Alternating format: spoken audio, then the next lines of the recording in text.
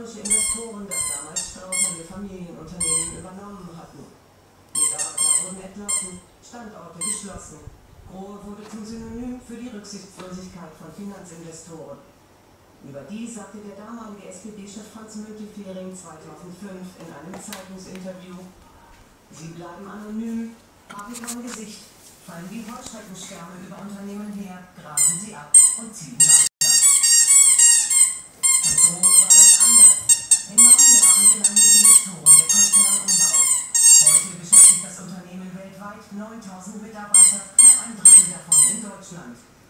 Wohl auch deswegen zahlen die Japaner nun knapp 3 Milliarden Euro, fast doppelt so viel, wie Grohe vor 9 Jahren wert war.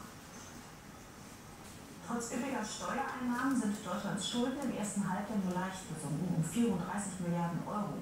Die Schulden von Bund, Ländern und Gemeinden betragen aber immer noch 2 Billionen, 48 Milliarden Euro. Und die gesparten Milliarden sind weniger den Wirken der Politiker, sondern vor allem den sogenannten Bad Banks zu verdanken.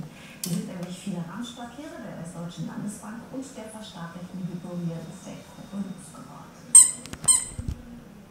Indiens Computerspezialisten sind weltweit gefragt. Sie werden mit Webpass gelockt oder die Firmen lassen in Indien selbst Programme entwickeln. Meist sitzen die Computerfachleute in schicken Industriegebieten in Bangalore oder Hyderabad. Langsam kommt der Fortschritt aber auch auf dem Land an. Und davon profitieren vor allem die Frauen, die bislang kaum Chancen auf einen Arbeitsplatz haben. Manche Dinge hier scheinen sich nicht zu ändern.